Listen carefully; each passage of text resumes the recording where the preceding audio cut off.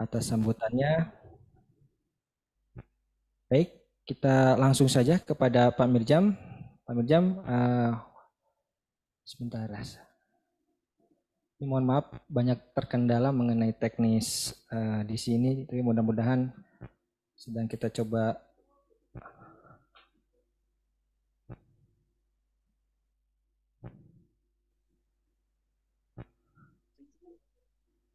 Iya. Kalau enggak pakai yang ini Mas.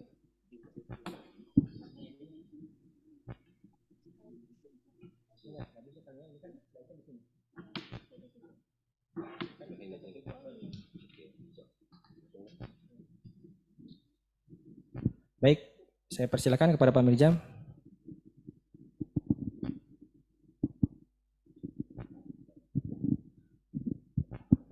Baik, terima kasih Pak Idam. Bismillahirrahmanirrahim. Assalamualaikum warahmatullahi wabarakatuh. Mas Burhan, Mas Hil, kemudian teman-teman dan rekan-rekan yang hadir secara daring maupun langsung di ruangan ini. Terima kasih ini. Ini kita cuma tidak mau kalah aja gitu ya. Kalau jaringan sudah 5G, 7G, kita juga bertambah terus. Tadi Mas Idam bilang 5G sekarang sudah jadi 6G, ditambah geohazard, nanti mungkin ada J yang lain.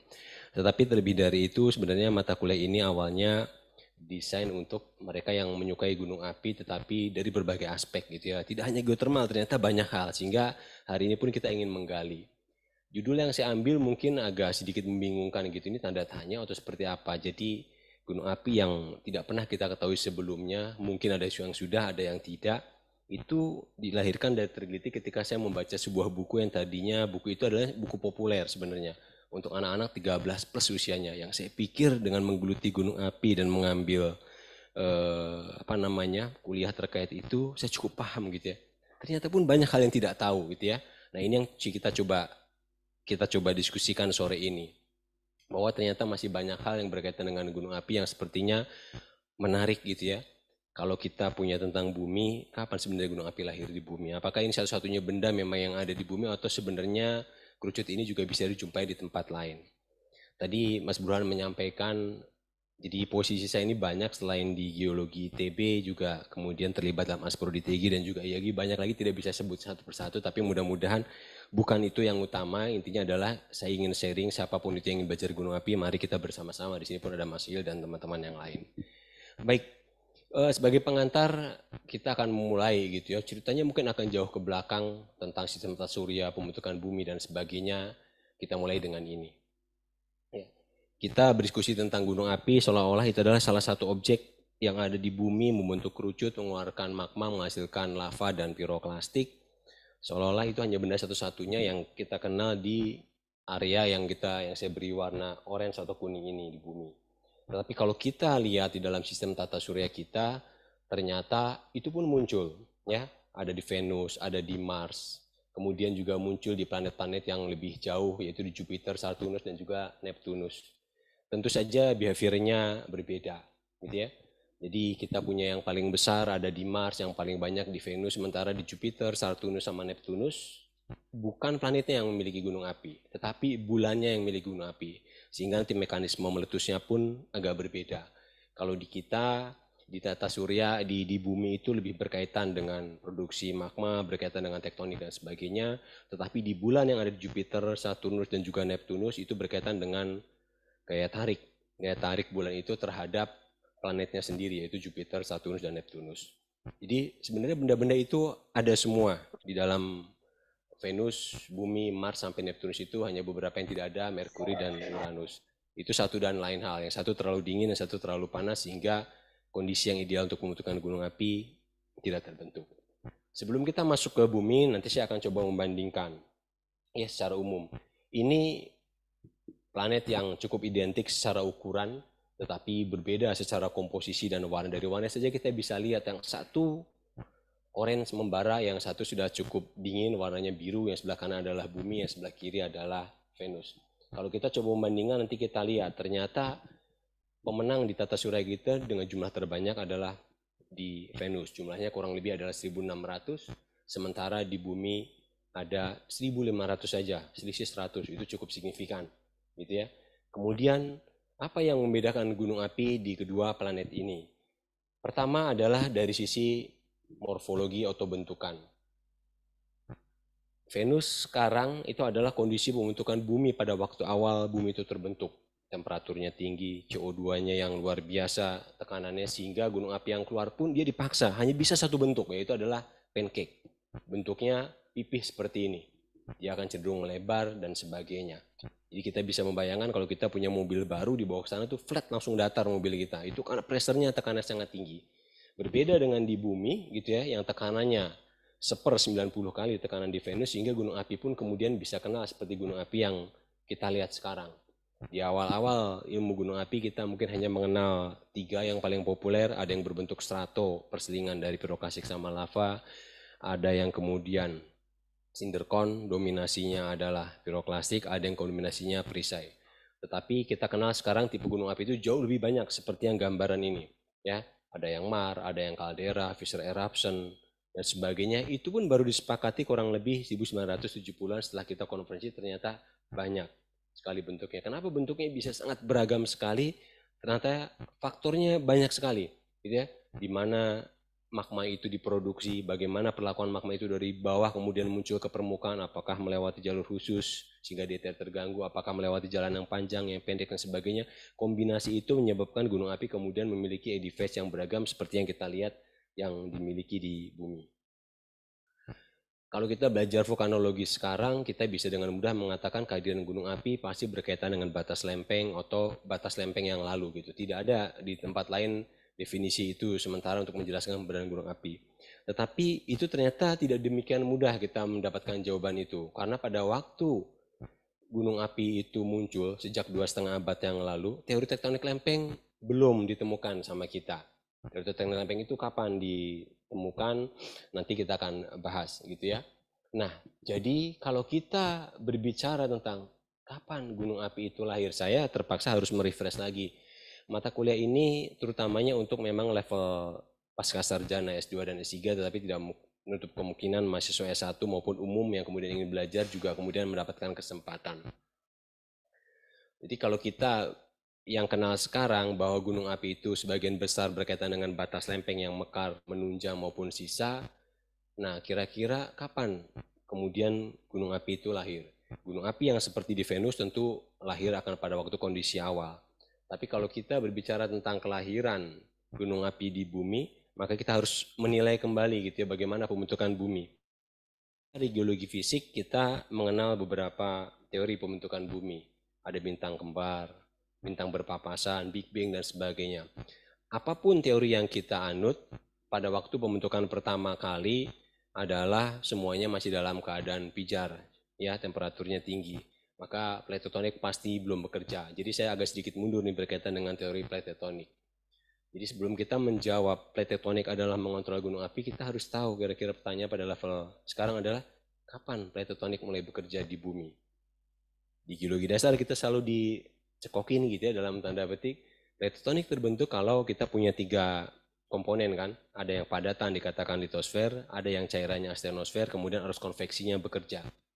Kalau gitu, kapan arus konveksi terbentuk? Kapan kerak terbentuk? Kapan bumi itu kemudian menjadi heterogen seperti sekarang? Gempa yang terjadi di mana-mana di Indonesia itu bagus untuk mengetahui interior bumi bahwa ternyata gelombang yang berbeda dengan kecepatan yang berbeda ternyata bisa merambat kalau jalannya itu homogen maka waktu datangnya bisa kita ukur. Tetapi karena bumi itu heterogen maka kita bisa melihat bahwa kecepatan gelombang tertentu didelay bahkan hilang kemudian dibelokkan dan sebagainya. Dari sana kita tahu interior bumi. Nah kita balik ke sini kira-kira gitu ya. Jadi kapan plate tektonik mulai terbentuk? 4,5 juta tahun pada waktu 4,5 miliar tahun yang lalu pasti belum terbentuk karena semuanya masih dalam keadaan bicar. Supaya arus konveksi bisa terbentuk, arus konveksi yang paling mudah bisa kita lihat adalah kalau kita selalu dikatakan pada waktu kita merebus air, pada waktu kita makan makan soto Betawi, kita makan empal gentong dan sebagainya. Ketika temperatur kontras antara permukaan dengan dasar dari mangkoknya, maka kemudian bergolak. Yang di atas dingin dia ke bawah, yang di bawah panas dia naik ke atas, arus konveksi terbentuk. Berarti syaratnya harus ada perbedaan temperatur. Nah, kapan kira-kira? Makanya kemudian gambaran ini teori tumbukan meteor dan teori kelahiran gunung api itu saya kenalkan dulu, gitu ya. Nah, kita untuk menjawab itu berarti kita harus berbalik. Jadi arus konveksi itu terbentuk ketika buminya sudah heterogen. Ada inti dalam, inti luar, mantel bawah, mantel atas, sama kerak. Arus konveksinya terbentuk. Tetapi plate tektoniknya belum bisa bergerak. Karena apa? Karena kerak yang bagian luar itu komposisinya homogen, maka tidak ada yang bisa tenggelam, tidak ada yang bisa naik, tidak bisa berpapasan.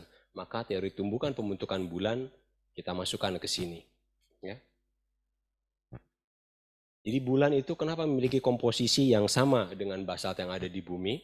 Karena kita percaya sebagian massa di bumi pada waktu sudah menjadi padatan itu terserempet oleh meteor mengambil sebagian, itulah menjadi cikal bakal bulan. Mudah-mudahan bisa dibayangkan. Jadi kita punya bulan, punya bumi yang heterogen dengan kerak yang komposisinya sama, arus konveksinya sudah terbentuk, tetapi belum bisa plate tektoniknya bekerja.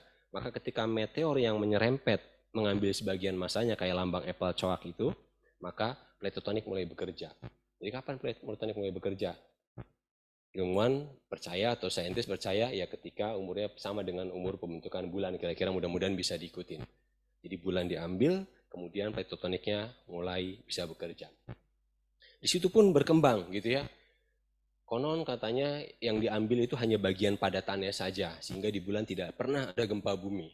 Tetapi riset terbaru pakai remote sensing, di bulan harus ada gempa bumi. Kenapa bisa ada gempa bumi? Berarti ada yang bergerak, ada yang patah. Kenapa bisa patah dan bergerak? Ternyata sebagian cairannya pun keambil. Terus berkembang, yang tadi kita pikir cuma diambil luarnya saja, tapi sebagian mantelnya juga ternyata terbawa. Mudah-mudahan dari sini kita bisa paham, jadi bahwa kelahiran bulan berkaitan juga dengan kelahirannya plate tektonik. Maka ketika itu sudah ambil coak, maka kemudian plate tektonik bisa bekerja, ada yang menunjang, berpapas dan sebagainya. Start di situ gunung api baru mulai. Nanti kita akan bahas. Jadi berapa lama sebenarnya gunung api itu terbentuk sejak plate tektonik mulai bergerak. Ini penting buat kita, terutama kita yang sering menyalahkan alam. Saya udah tinggal di sini tapi gajahnya masuk katanya. Jadi terpaksa kami bunuh, Pak. Kami tinggal di sini, badaknya masuk, terpaksa kami bunuh. Nah, kalau gunung api harus clear nih. Kita yang tinggal di tempatnya gunung api atau gunung api lahir duluan. Ini supaya kita paham posisinya. Ya. Jadi ternyata ya ini yang terjadi sekitar ya akhir atau di zaman Jura, bahwa tumbukan meteor diyakini pernah memusnahkan dinosaurus, itu pun pernah terjadi itu pada bagian ketika bulan mulai terbentuk hanya menyerempet saja mengambil sebagian masanya sehingga plate tektonik bekerja. Yang terjadi di zaman Jura adalah memusnahkan dinosaurus. Pertanyaannya tentu harus berkembang kalau kita ya, bahwa ternyata apakah tumbukan meteor di sini hanya satu yang kita pikirkan hanya di Gulf of Mexico, ternyata tidak gitu ya. Jadi tidak semasif yang kita pikirkan hanya satu kemudian menyebabkan kepunahan massal. Ternyata banyak meteor-meteor yang jatuh bersamaan di tempat-tempat lain yang kemudian mengakibatkan kerusakan yang cukup masif dan kepunahan yang cukup mengerikan. Jadi ternyata di Afrika ada, di berbagai pada umur yang relatif sama. Ya, itu pun masih ada sisanya gitu, bahwa ternyata tidak semua hewan purba termasuk apa namanya dinosaurus ada salah satunya yang musnah, tapi ternyata tidak. Kalau kalian meyakini kenapa buaya bisa selamat, saya nggak tahu gitu ya. Karena tadi sudah dibilang sama Pak Burhan, saya lebih banyak menggeluti gunung api sama Mas Idam. Kenapa buaya bisa selamat? Jawabannya saya gampang, dasar buaya gitu ya. Ditanyakan sama ahli buaya lah, kenapa buaya bisa selamat, saya kurang paham. Jadi jawabannya cuma itu, dasar buaya selamat. Jadi gambaran yang kiri ini tentang 5 kepunahan massal, itu adalah pernah terjadi. Yang kepunahan 5 adalah jatuhnya meteor di apa namanya zaman Jura, tapi jauh sebelum itu ternyata pernah menyerempet menyebabkan tektonik mulai bekerja. Hasil dari tumbukan tersebut adalah ini ya, tektonik lempeng bekerja kemudian menghasilkan distribusi gunung api yang ada di dunia. Nah, kalau kita melihat peta ini jelas gitu ya, bahwa distribusi gunung api yang sekarang berkaitan dengan batas lempeng. Jadi bisa dibalik sama kita semua. Kalau kita punya gunung api yang sudah lalu tidak berada pada batas lempeng, kira-kira oh dulu gitu ya, di sini bukan batas lempeng. Makanya the present is the key to the past or to the future itu adalah melihat demikian. Ya, ini gambaran. Ya, kita akan pergi. Nah, tadi saya menjawab bahwa ternyata distribusi gunung api yang di gambar ini bisa dilihat, itu bisa diterima kurang lebih keberadaannya tahun 1945. Saat apa? Saat teori tektonik lempeng itu sudah mulai established, dikenal. Ya. Sebelumnya orang nggak tahu teori tektonik lempeng. Itu ya. Jadi menjelaskan gunung api kenapa lahir di sana, ya pokoknya di sana. Gitu ya kan ya. Tidak tahu kenapa. Kenapa warna merah itu tidak tahu juga. Tapi setelah tektonik lempeng dipropos pertama kali 1912 itu dipropos oleh Alfred Wegener dan dipublikasikan di 1915, baru ternyata ada lempeng yang menyusup di bawah yang lainnya, ada yang berpapasan, bergerak saling menjauh dan sebagainya. Kapan diterimanya? 1966. Nah, ini berita baik buat para mahasiswa S1, S2 dan S3. Alfred Wegener pun butuh waktu buat diterima. Jadi kalau skripsi kalian ditolak, jawabannya gampang. Mungkin Bapak Ibu belum nyampe gitu ya. Nanti aja tunggu 60 tahun lagi atau 50 tahun lagi. Ini kalau kita membesarkan hati riset kita ditolak gitu. Misalnya 1945 diterima, kemudian 66 tuh baru confirm. Oh ya, ini bisa menjawab banyak hal. Tapi ternyata masih banyak tantangan. Makanya saya men-challenge para mahasiswa terutama banyak beberapa hal yang tidak bisa dijelaskan oleh konsep teori tektonik lempeng. Misal, di pemekaran rantai samudra yang harusnya umurnya adalah zero age, tapi banyak dijumpai batuan umurnya ordovisian. Kan gimana caranya? Ya kan ya? Astenosfer yang harusnya menerus sehingga menggerakkan off-reading plate ternyata pada bagian tertentu secara geofisis hilang. Subduction yang continuous tetapi ternyata ada yang menghasilkan gunung api, ada yang tidak. Itu di challenge. Namanya search tektonik kalau pernah dengar. Nanti boleh baca search-nya itu search seperti pyroclastic search. Itu orang men-challenge. Kenapa? Ternyata tidak semua bisa dijawab gitu. Ya nggak apa-apa gitu ya. Nanti itu buat generasi berikutnya dipikirkan. Tapi paling enggak teori berdasarkan basis pemikiran itu ternyata berkembang. Setelah tektonik lempeng pun ada yang baru. Sebelum tektonik lempeng ada belum tektonik dan sebagainya.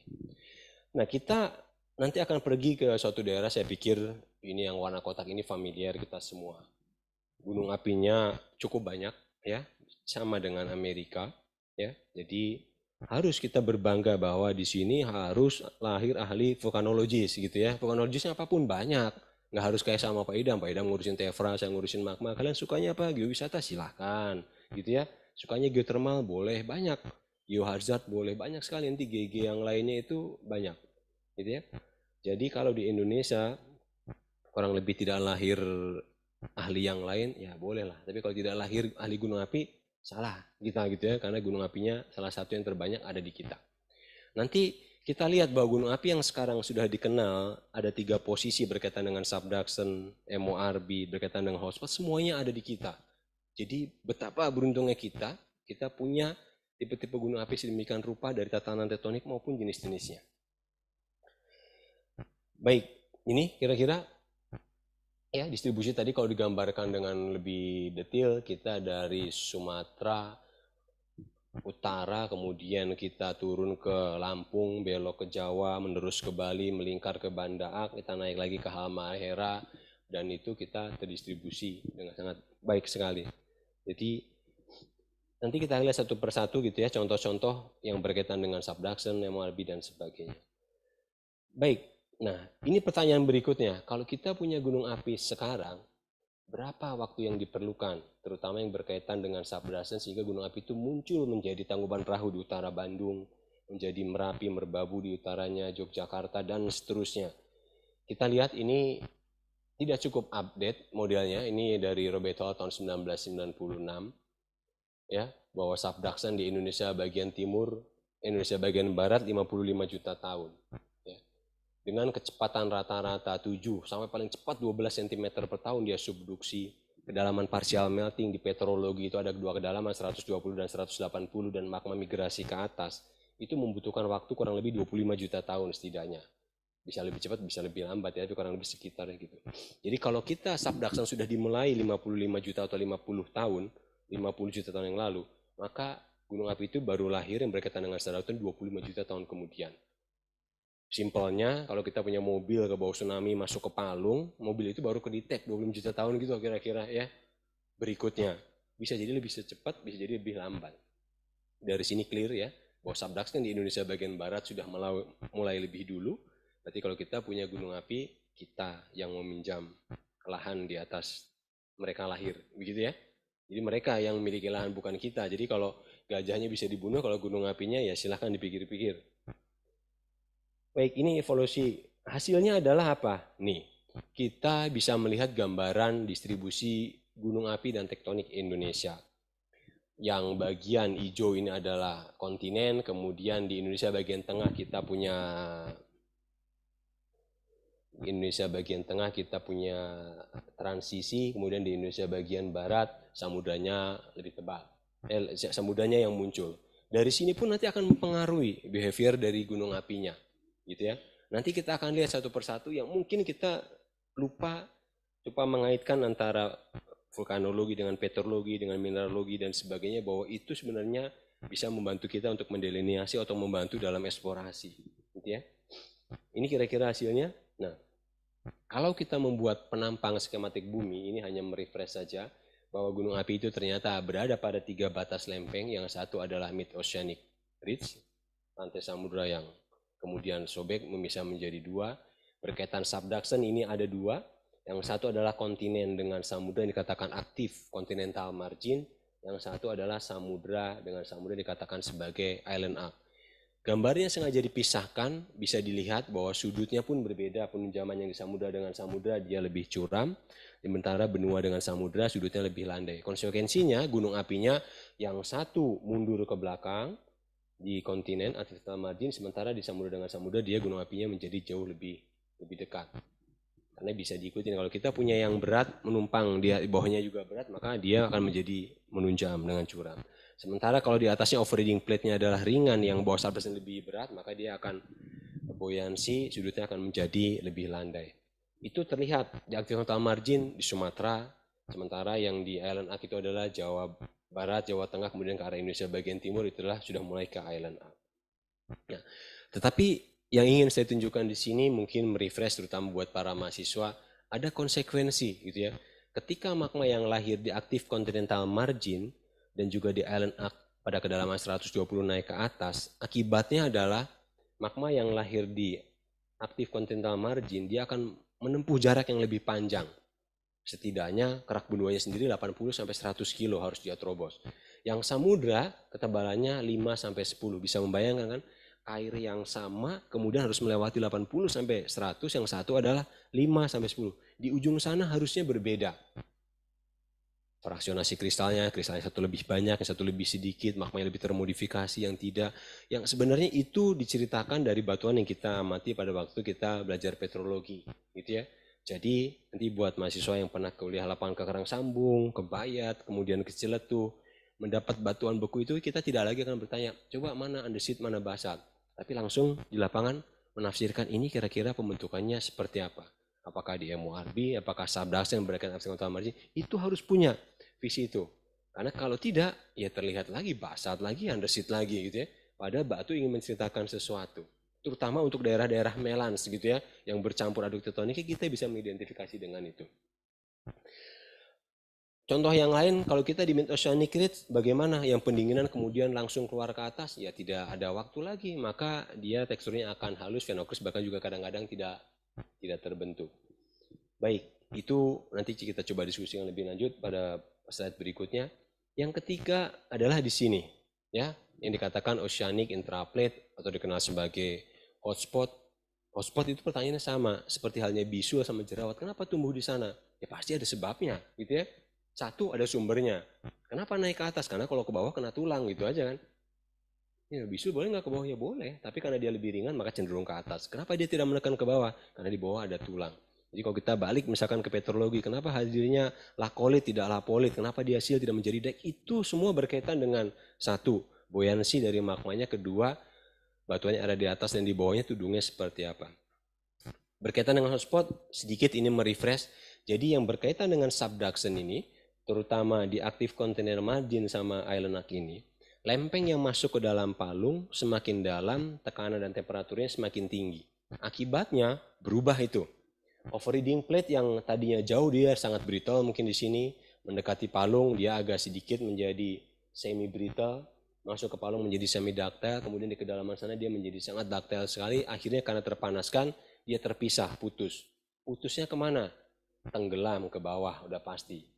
Ya, tetapi karena kita tahu tadi bahwa bumi dari bawah ke atas itu ada core, mantel bawah, mantel atas, dan kerak. Dengan komposisi semakin ke bawah semakin dense, itu simple. Ketika bumi yang pijar tadi mendingin, maka yang berat tenggelam menjadi inti dalam. Yang lebih ringan menjadi inti luar, menjadi mantel bawah, atas, dan seterusnya. Jadi komposisinya akan begitu. Itu normal fraksionasi. gitu ya. Jadi ketika lempeng yang ini putus masuk ke dalam, dia akan tenggelam pada dua posisi.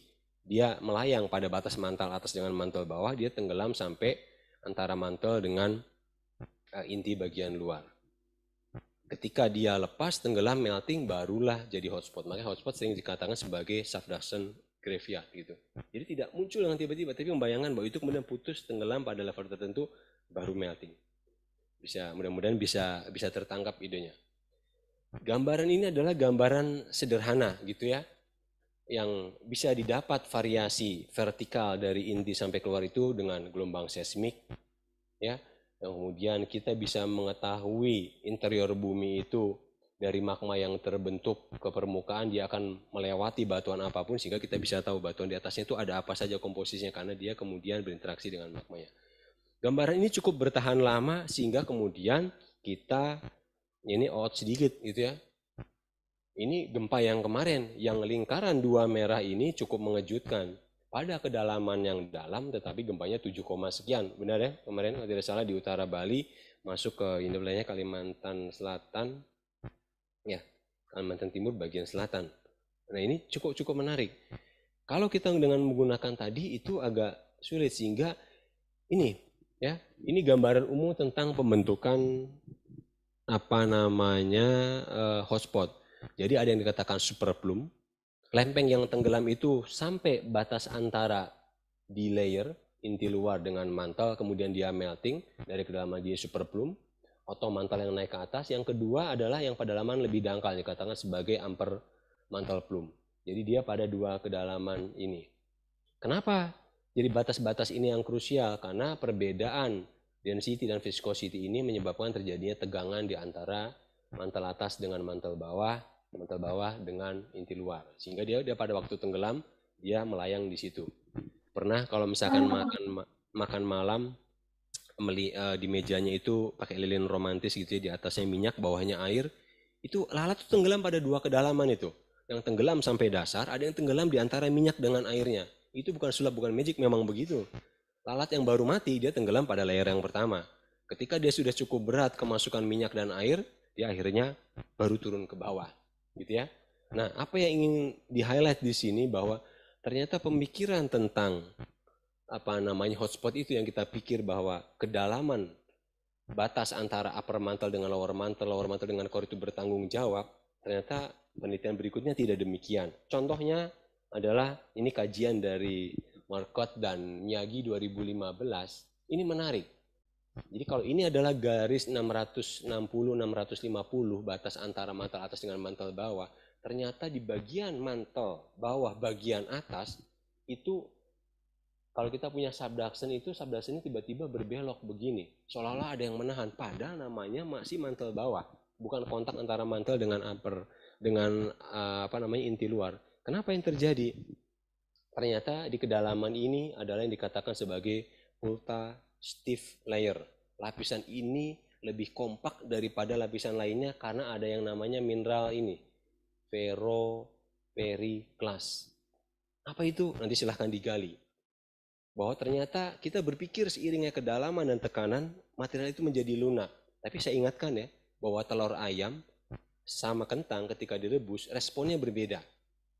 Kentang direbus menjadi lunak. Telur ayam direbus menjadi keras. Barang ini mungkin lebih mewakili telur ayam. Akibatnya, ketika material ini memiliki tekanan yang lebih tinggi, naik sampai 3 kali lipat dalam kondisi normal ketika P dan T-nya naik, dia naik 3 kali lipat dari ini biasanya, dia memiliki kekuatan viskositas sampai 300 kali dari mantel yang ada di atasnya dan di bawahnya. Sehingga material yang masuk itu pasti dia berhenti. Kalau dia berhenti, kemudian patah, tertarik ke bawah, mungkin, ini diskusi saya kemarin sama Pak Idam di grup dosen ya, ini yang bertanggung jawab pada kedalaman 550, gempa di utara Bali bisa terjadi. Itu pandangan saya sebagai petrolog ya. Bahwa ada layer yang sebenarnya kita tidak pernah identifikasi dengan baik, tapi kita menjumpai. Ada namanya mineral ferroperiklas yang pada kedalaman dan tekanan tertentu dia bukan semakin lunak tapi semakin keras. Akibatnya lempeng yang masuk stuck di situ. Berapa lama? Nggak tahu. Otot-ototan aja. Dia kalau dia bisa langsung masuk ke bawah, dia masuk dengan selamat, dia continuous, kalau tidak putus makanya. Ya. Artinya model dari Marcotte dan Miyagi ini mengkoreksi bahwa upper mantle dan super plume yang kita terima selama ini mau tidak mau harus direvisi, gitu ya. Ya, itu berita baik kedua buat para mahasiswa kan. Kalau tadi publikasi lama, oh Bapak Ibu belum nyampe pikirannya. Kalau kedua, oh tenang aja, nanti kan science, nanti berikutnya juga kita ganti lagi modelnya kan. Yang penting data kalau kita ya. Jadi ini out sedikit ya untuk sebagai informasi saja. Baik, jadi selama kemudian komponen-komponen tadi ada, maka selama itu juga kemudian gunung api akan diproduksi, gitu ya. Ini yang kita kenal sekarang berkaitan dengan MORB, berkaitan dengan hotspot, berkaitan dengan subduction, dibedakan kan active continental margin juga dengan island arc. Banyak hal yang sebenarnya bisa diceritakan di sini dan digali mungkin nanti pada kesempatan yang lain. Saya pun ingin nanti mungkin kalau ada kesempatan sebelum ke para dosen tamu dari luar negeri dan juga nanti Pak Idam ingin membahas sedikit tentang vulkanostratigrafi di kuliah berikutnya atau kuliah nanti di Kapital Selekta. Karena saya melihat vulkanostratigrafi itu sering ditafsirkan hanya membagi pusat erupsi dari pusatnya, kuluk, gumuk dan sebagainya satu yang dipisahkan. Padahal pemahaman gunung api tentang konsep plate tektonik itu adalah part dari vulkanostratigrafi. Contohnya, gitu ya. Kenapa distribusi gunung api yang di active continental margin lebih jauh dari palung jaraknya daripada yang di island arc, gitu ya. Karena kalau island arc dia samudra sama samudra pasti sudutnya curam. Kalau benua sama samudra, maka sudutnya lagi gunung apinya pasti mundur. Itu pun sebenarnya pemahaman konsep vulkanostrat, gitu ya. Kenapa kemudian kalau saya punya sampel gitu ya, ada 4 batuan ya, yang basat tetapi sangat banyak fenokrisnya, yang sedang, sedikit dan tidak ada. Coba kira-kira kalau dibalikin ke tatanan tektoniknya di mana? Belum ke geokimia ya. Geokimia tentu tingkat kepercayaannya lebih tinggi gitu ya daripada kenampakan fisik. Karena kalau kita boleh aja, saya merasa mirip dengan artis ya boleh aja. Belum tentu saudara kan? Gimana berikutnya? Geokimia. Geokimianya apa? Yang pertama, cek darah dulu. Golongan darahnya, oh pasti yakin ya golongan darah sedunia banyak, ya kan?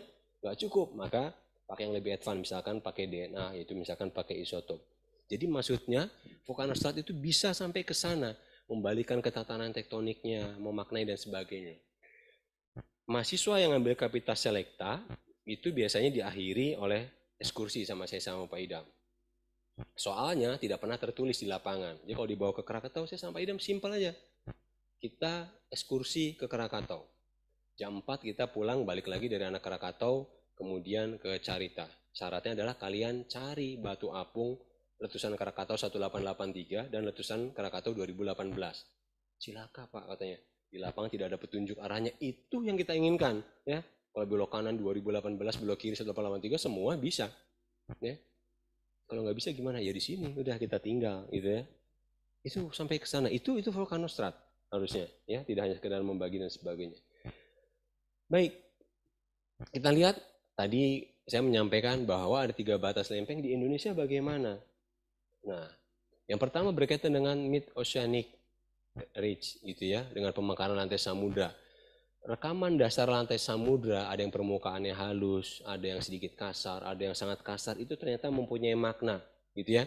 Ketika 2 buah lempeng bergerak saling menjauh dengan kecepatan yang tinggi seperti gambar yang atas ini, maka permukaannya akan halus. Bisa diikuti mudah-mudahan. Kenapa? Akumulasi magmanya belum terjadi, dia sudah menggeser ke kanan kiri. Yang agak sedikit kasar, baru terjadi akumulasi sedikit, dia bergeser. Kalau yang ini, belum bergeser, dia akumulasi terus. Akibatnya permukaannya menjadi kasar, reliefnya menjadi bergelombang. Ini akan berkaitan ketika plate ini nyampe ke ujung sana menunjam masuk gitu ya. Maka bisa membayangkan kalau permukaannya halus dia lewat. Permukaannya bergerigi ya sedikit-sedikit gitu. Tapi kalau permukaannya sangat rough sekali dia bisa nyantol. Jadinya kemudian nanti menimbulkan masalah yang lain. Nah, ini geologi harus bisa melihat itu, gitu ya. Saya belum membahas dengan detail apakah kalau demikian nanti berkaitan dengan apa namanya tipe atau struktur tertentu dari lava yang dikeluarkan. Ini yang sering ini harus kita diskusikan nanti ya. Satu, kita punya singkapan yang cukup spektakuler, tidak hanya ini contoh di Karang Sambung ya. Di beberapa tempat kita punya namanya pilau lava. Jadi pilau lava selalu ditafsirkan begini, kalau ada pilau lava maka di laut, kalau tidak di darat gitu. Tidak demikian menurut pandangan saya, gitu ya. Maka kalau kalian sudah berapa kali mengikuti puasa, maka bisa membedakan kan antara cendol Elizabeth yang asli, KW1, KW2 sampai KW10. Tahu kan bedanya? Dari yang cendol Elizabeth sampai kayak cendol Banjar yang tipis. Kenapa? Karena ada pabriknya. Kekentalannya iya, depthnya diperlukan, jadi tidak sembarangan. Artinya, sekalipun di bawah air tetapi depthnya tidak terpenuhi, maka pilaunya tidak terjadi. Kita kan punya king coil bantalnya, bener ya? Punya bantal di mall sama bantal beli di pasar, antara bantal sama karung sulit dibedakan, karena pabriknya berbeda. Yang saya highlight adalah ini, bahwa ternyata ada kedalaman tertentu yang menunjukkan semakin sempurna kedalamannya, semakin dalam, maka bentuknya akan semakin sempurna. Kemarin kami baru ekskursi ke Banyuwangi itu, kita memiliki 3 lokasi yang berbeda dengan variasi bentukan yang berbeda. Dari sini kita bisa bayang artinya pada waktu Banyuwangi diangkat ini, dia diangkatnya tidak horizontal begini, mungkin cenderung ke arah tertentu atau asal kedalaman itu berbeda-beda dari ketiga kedalaman tersebut. Itulah geologi, ya, bisa menikmati kedalaman sampai kedalaman tertentu tanpa tenggelam gitu ya. Tapi kalau tahu ceritanya, ini ya, jadi kita punya yang di Virgin Boundary meskipun sekarang sudah menjadi fosil, karena sambung kita punya di beberapa tempat yang lain juga muncul di Bali, di Banyuwangi, ya, beberapa tempat yang lain. Baik, nah batas di Virgin Boundary biasanya selain pulau lava biasanya ditumpangi dengan sedimen laut dalam, perseringan gamping merah sama rijang, itu adalah sedimen pencirinya, kita tidak diskusikan, tapi biasanya akan berasosiasi dengan itu. Berikutnya yang umum di Indonesia adalah Virgin Boundary, ya. Contohnya adalah di Jawa, gitu ya. Itu berkaitan dengan subduksi. Kita punya Tangkuban Perahu, kita punya Merapi, Kelut, Bromo dan sebagainya, itu clear. Gitu ya. Bagaimana kemudian bisa membedakan antara gunung yang satu dengan yang lain lahir di tempat MORB, subduction, atau kemudian zoom, salah satunya DNA dari geokimianya, itu yang bisa ini. Jadi hampir semua gunung yang ada di Indonesia itu berkaitan dengan subduction, ternyata ya nanti kita lihat juga ada tipe yang lain. Nah di sini ini juga mau saya highlight sedikit bahwa gunung api di Indonesia diklasifikasikan menjadi tipe ABC. Ini perlu kita tahu juga sebenarnya. Kenapa diklasifikasikan ABC berdasarkan keaktifannya 1600? Karena pendataan pertama kali dilakukan pada umur rentang waktu 1600-an. 1600 tipe ABC itu digunakan oleh publikasi dari 1929 pertama kali, nanti kalian bisa gali juga itu ya publikasinya apa. Kemudian muncullah ya tipe ABC. Apakah di semua negara pakai? Mungkin tidak, gitu ya. Itu yang harus juga kita perhatikan. Nah, berikutnya adalah intraplate volcano. Kita pun punya itu ternyata yang intraplate, yang sering disebut kadang-kadang berasosiasi dengan hotspot. Ada yang bilang mirip Hawaii dan sebagainya. Itu yang bilang di mana saja. Yang pertama ini ada di Selat Sunda, anak Krakatau. Jadi kenapa anak Krakatau itu anak yang sehat, baru hilang 2018 sekarang sudah tinggi lagi. Kenapa Toba adalah gunung api yang besar? Karena di bawahnya ada 2 sumber. Yang satu berkaitan dengan subduksi, yang satu lagi berkaitan dengan plum yang dari lebih dalam. Di Muria juga kita ada indikasi tersebut, di utara Bali juga kita punya lapangannya Kang Yan itu di utara Bali juga berkaitan dengan spot. Jadi kombinasi antara spot dengan itu kita punya. Nah, ini bentar saya tutup dulu. Oke, ya. Ini salah satu contoh. Dari sini kita lihat di bawah Krakatau itu ternyata ada 2 sumber. Yang satu gambar A dan B ini yang sebelah kiri atau gambar A ini kelihatan yang warna biru ini adalah subduction-nya ya dari Selat Sunda, kemudian yang merah di atasnya adalah partial meltingnya. Tetapi begitu gelombangnya diganti, kita melihat sumber yang lebih dalam, ya, yang kemudian bermuara pada satu ini yang sama, sehingga kita bisa lihat kenapa Krakatau bisa cepat sekali dari 2 sumber yang berbeda secara tomografi bisa didetek, gitu ya. Bagaimana kemudian geolog membuktikannya? Ya tadi, ya banyak parameternya. Salah satunya adalah dengan geokimia. Yang belum mengambil geokimia atau petrogen, abaikan dulu apa ini, apa namanya spider diagram yang di ini, bentar ya.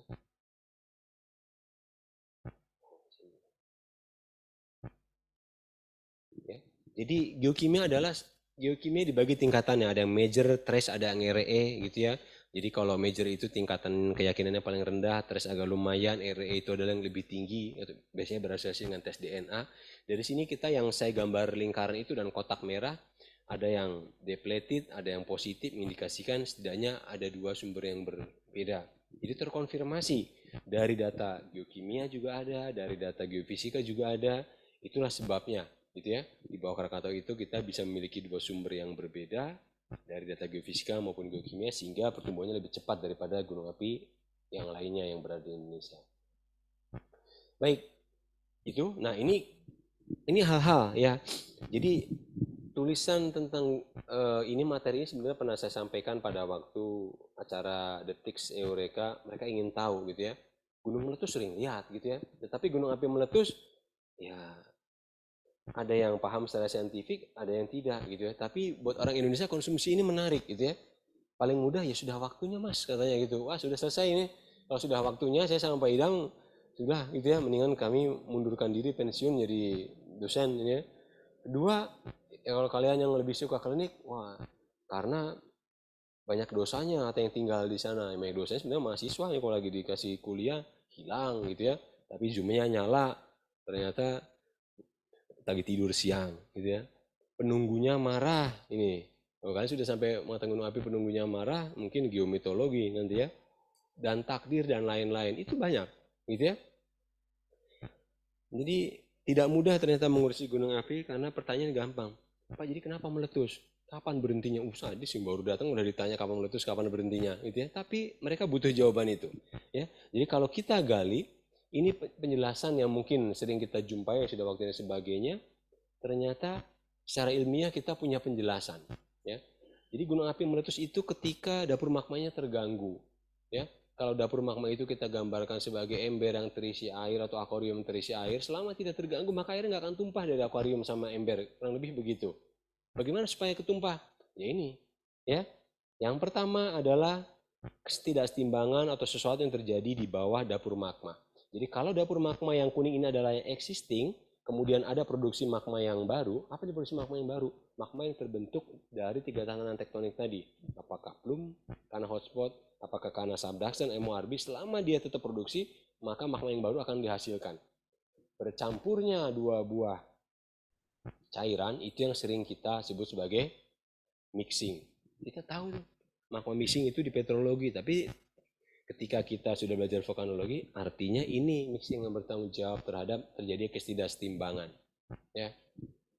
Jangankan ketidakseimbangan, pertama kalau kita punya ember 1 liter ditambah air 1 liter lagi, ya pasti keluar. Itu yang gampang ya.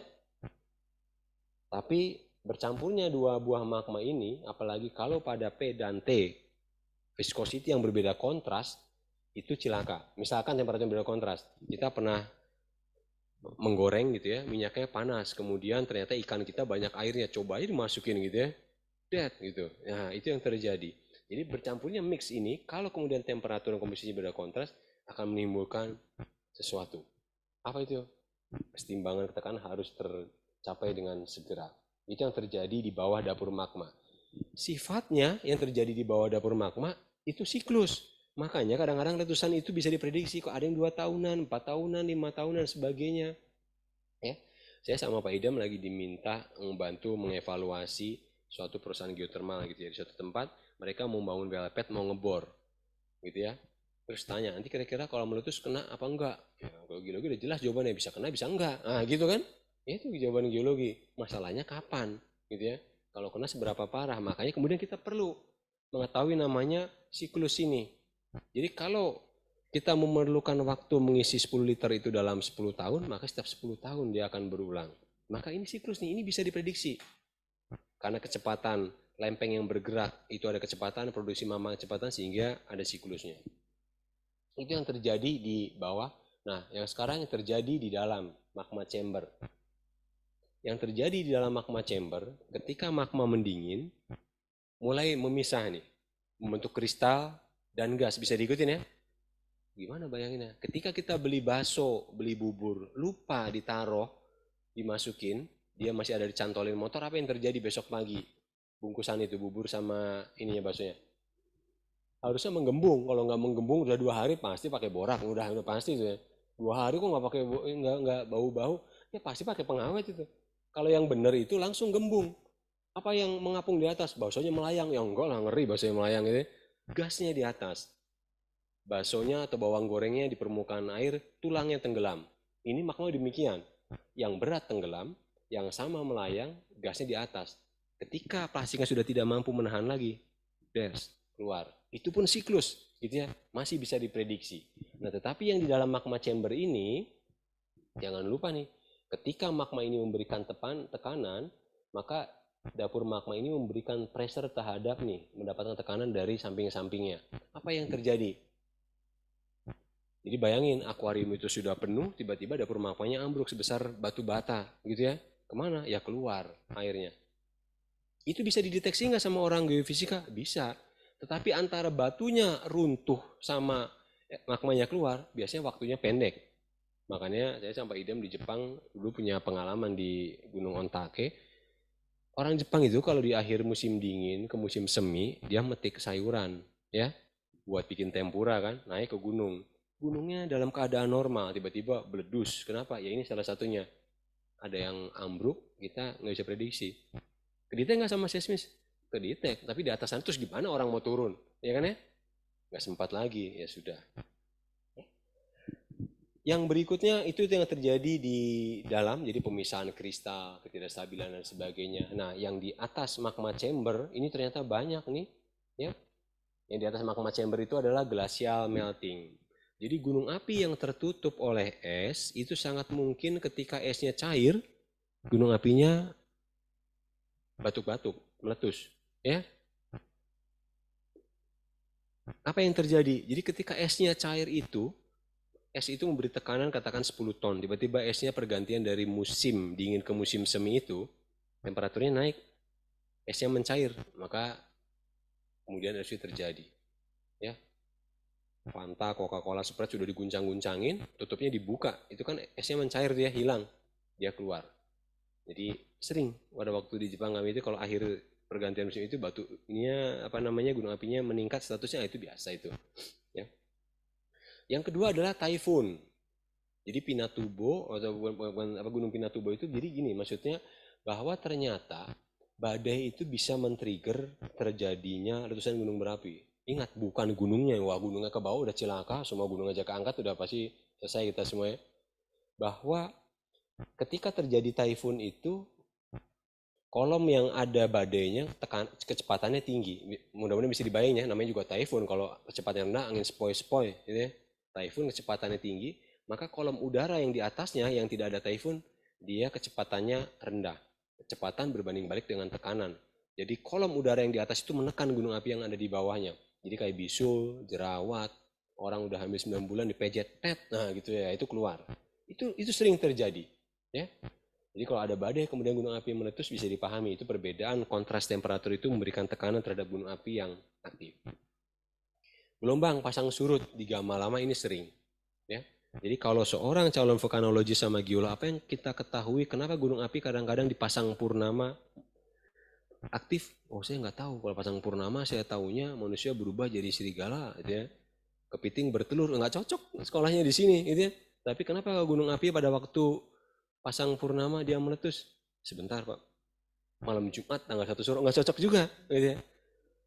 Jadi harusnya jawabannya adalah ketika pasang surut itu, apa yang terjadi?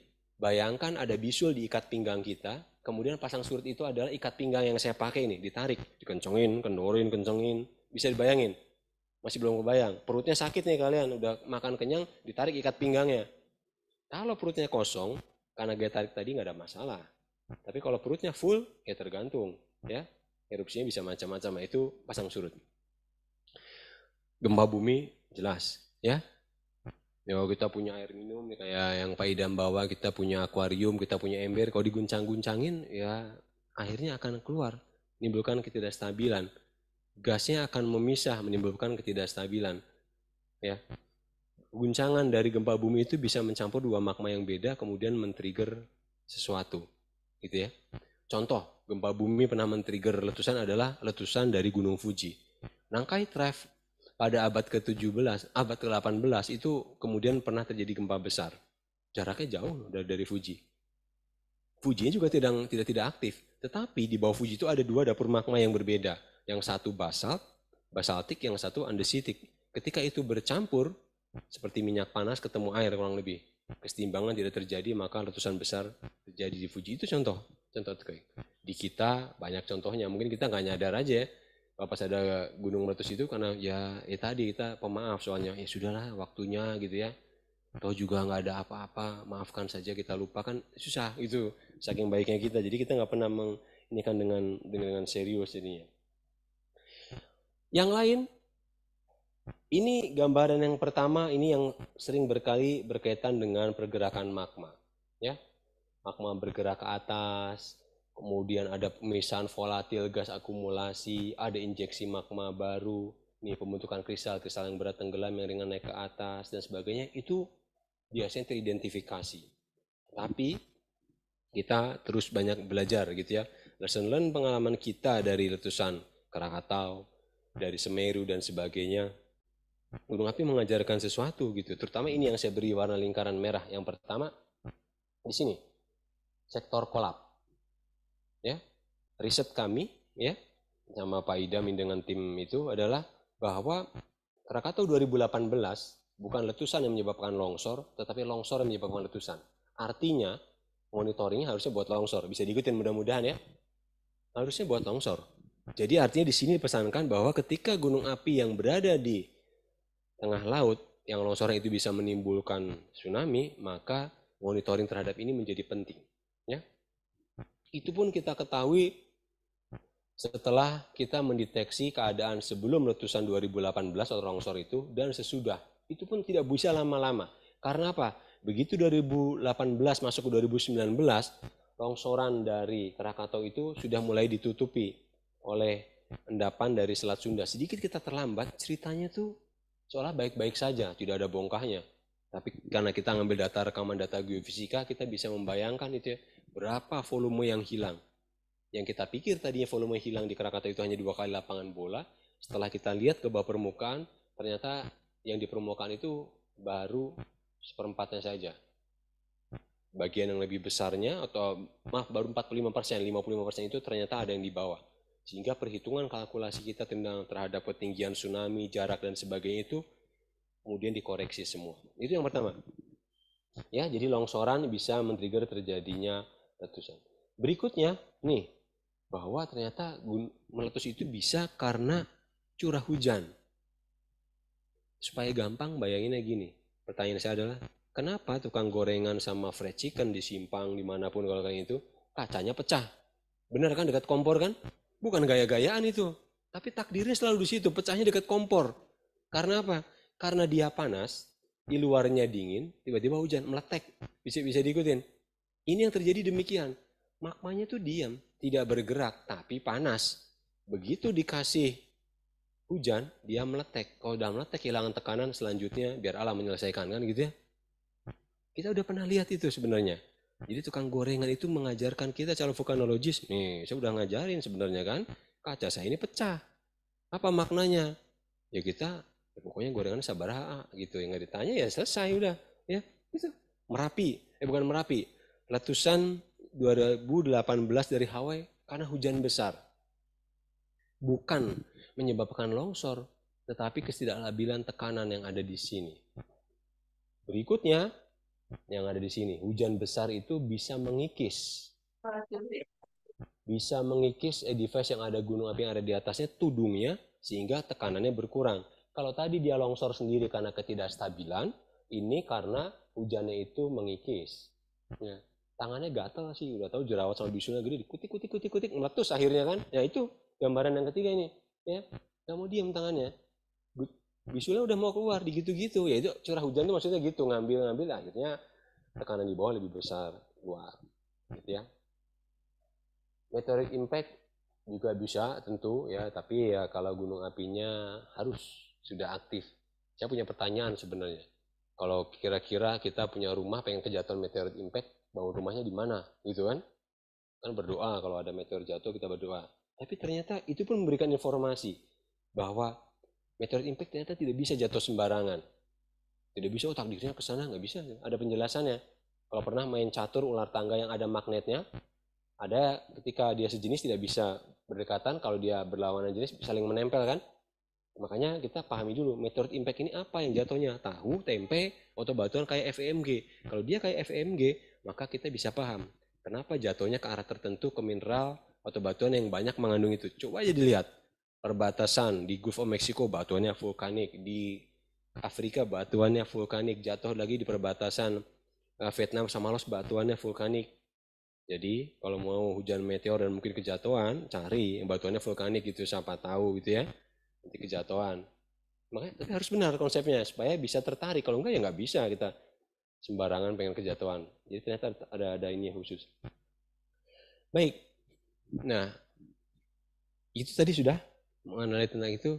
Kemudian kita masuk sedikit ini review ya sebenarnya yang saya pikir sudah tahu mungkin juga belum bagi yang baru pertama kali mengikuti perkuliahan ini bahwa bahaya gunung api dibagi menjadi dua kelompok. Ada yang namanya primer, ada yang namanya sekunder. Tidak ada tersier karena bukan kebutuhan. Jadi mana Pak yang kita boleh kena? Nggak boleh, kalau kena dua-duanya wassalam, ya kan? Cuman yang satu bedanya sin eruption, satunya post eruption. Ada nggak yang bahaya? Sama bahaya, tapi sekunder nih beberapa jauh lebih berbahaya, ya. Karena kadang-kadang kita tidak ngeh gitu ya, tidak ngeh. Kita lihat yang pertama, jadi yang primer itu berkaitan dengan letusannya langsung, sementara yang sekunder itu berkaitan pos gunung apinya sudah tidak ini, tapi bahayanya masih mengintai. Contohnya, jadi yang bisa hadir di duanya ada yang saya beri warna merah. Jadi gas beracun itu gunungnya masih aktif bisa, ya. Kalian masuk angin kan gas beracunnya keluar bisa. Udah penyembuhan gas beracunnya keluar bisa. Nah itu contohnya gitu ya. Lahar demikian. Ada yang lahar berkaitan dengan erupsi, maka nanti dikatakan sering lahar erupsi atau lahar panas itu di primer, sementara lahar yang dingin atau lahar hujan dia yang di sekunder. Kita lihat satu persatu. Nah, ini ya, saya masih ingat pada waktu saya pernah mapping di suatu perusahaan emas untuk tugas akhir saya, kemudian beririsan, bukan beririsan, saya mapping di suatu gunung beririsan dengan lahan mereka sehingga sebelum dilepas ditanya, kalau gunung api ini meletus kira-kira kemana gitu ya. Meskipun saya juga dulu berpikir gitu, ya udahlah takdir aja, enggak. Jadi pengennya kalau lava yang keluar dilari kemana, kalau piroklastik lari kemana, maksudnya ada demikian. Ketika aliran lava ini keluar, hampir jarang menimbulkan korban jiwa. Karena apa? Lava hanya mengalir di lembahan, kecepatannya tidak terlalu tinggi gitu ya. Artinya kita masih bisa menghindar kecuali memang kita mau bunuh diri. Gitu. Ya kayak orang Jepang. Diam tuh.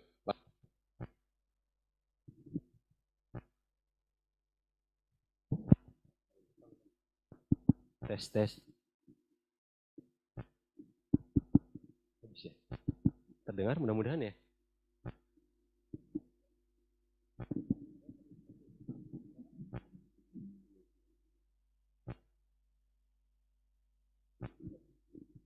Oh nyala lagi. Nah, ya. Ya kecuali mau bunuh diri kayak orang Jepang gitu ya. Jadi mereka sudah punya early warning system yang bagus tentang tsunami. Jadi kalau alarm 1 mungkin kebakaran, alarm 2 gempa bumi, 3 tsunami, mereka tidak, bukannya nggak mau lari, sudah tahu gitu ya. Karena setiap bulan latihan. Tapi mereka memang menghadap ini nggak mau repot, hormat gitu ya. Itu beda lain ceritanya. Nah ini ya hampir tidak menimbulkan korban jiwa, tetapi infrastruktur gitu ya. Makanya observatori yang ada di Hawaii, beberapa bangunan itu bukannya mereka salah,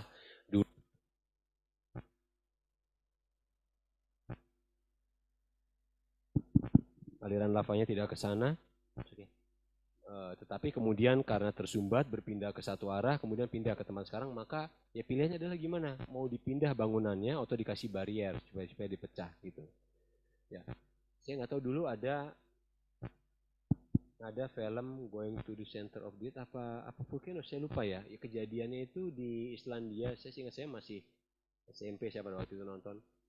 Erupsi itu kemudian masuk ke arah kota, diberhentikan dengan segala cara. Apa? Di ujungnya disemprot air, ditabrakan kendaraan segala macam supaya segera mendingin menjadi natural dam, gitu ya. Itu lava tuh, ya. Jadi ketika dia menabrak sesuatu akan berbelok atau berhenti, kemudian kalau tidak bisa maka kemudian dipadamkan dengan cara membuat natural dam. Nah, tetapi banyak hal yang bisa kita pelajari dari lava yang mungkin gitu ya. Ini penting informasinya. Dalam rangka memperkuat posisi kita, orang tuh harus tahu gitu ya, apa yang sedang diinformasikan oleh lava. Contoh, kita sering bakar jagung sama sate kalau ada waktu tahun baru. Gitu ya. Apa maknanya warna dari arang? Harusnya tahu. Ketika warnanya emas, temperaturnya panas, warnanya semakin kayak pizza warna merah, artinya dia semakin dingin kan? Nah kalau kita punya lava yang keluar dari gunung api warnanya warna emas, dia temperaturnya panas, mungkin dia bisa akan mengalir sangat jauh karena dia encer jadinya. Kemudian bisa diikutin ya. Tapi kalau dia warnanya merahnya ini rendah, kemungkinan besar dia tidak akan bisa mengalir jauh. Itu informasi penting tuh, yang harus bisa kita baca. Kenapa? Karena problem nanti dari pengalaman kita belajar adalah informasi sudah disediakan, dikirimkan, tapi ada gap dari teknologi, sinyalnya tidak nyampe ke sana, nggak ada pulsanya, gitu ya. Sampai ke sana ada pulsanya, belum bisa bacanya, gitu ya. Maka dirubah hal-hal sederhana ini yang kemudian kita bisa baca, kemudian kita terjemahkan secara langsung. Itu yang pertama, aliran lava. Yang kedua ini ya, piroklastik. Ini juga sering kita dengar.